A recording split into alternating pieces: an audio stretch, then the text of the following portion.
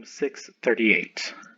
Determine the force in members BC, BE, and EF of the truss, and state if these members are in tension or compression.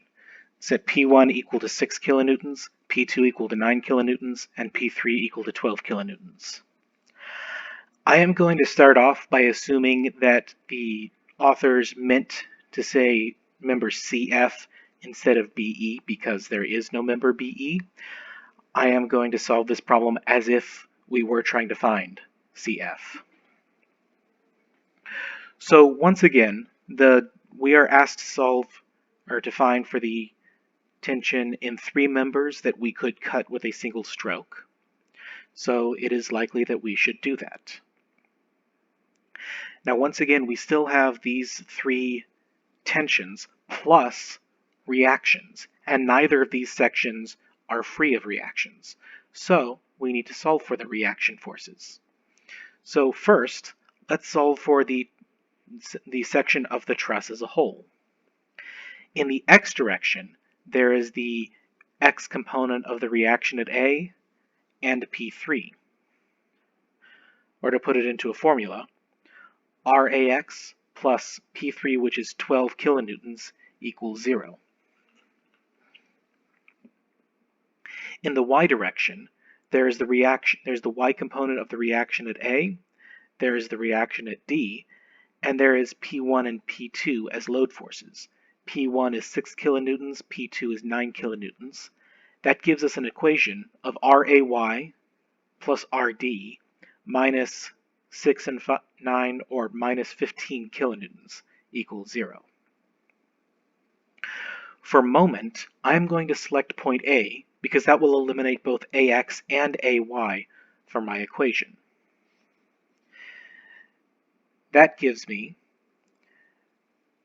so there's P1, P2, and P3 will all create moment. P1 is this 3 meters times 6 kilonewtons. And again, clockwise is negative, counterclockwise is positive. P1 creates negative moment, so negative 3 meters times 6 kilonewtons. P2, 6 meters times 9 kilonewtons.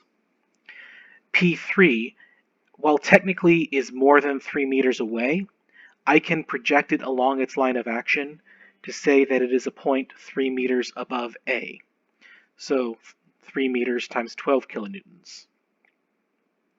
Finally, there is reaction at D, which is 9 meters away, and that will create a counterclockwise or positive moment.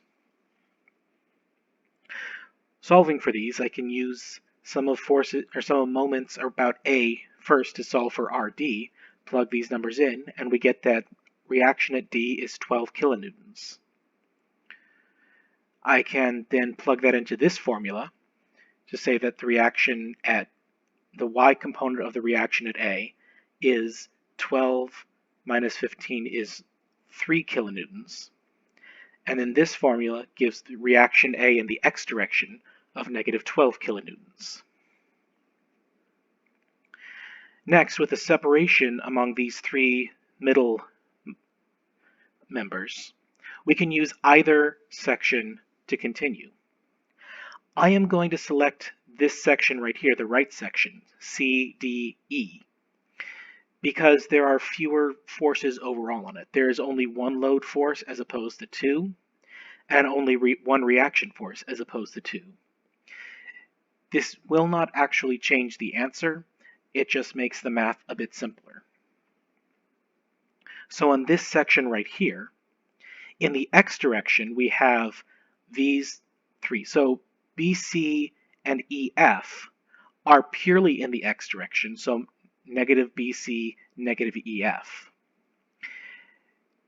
CF is at an angle. If we look at this 3 meters over, 3 meters up, this is a 45-degree angle right here.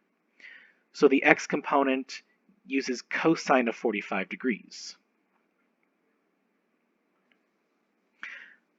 to give us this equation overall. In the y direction, we have the reaction at D, we have this load force, and we have the y component of CF. BC and FE are purely horizontal, so they will not apply. So in the y direction, we get RD plus TCF sine 45 degrees minus 9 kilonewtons is 0. Lastly, we want to pick a point to calculate moment about.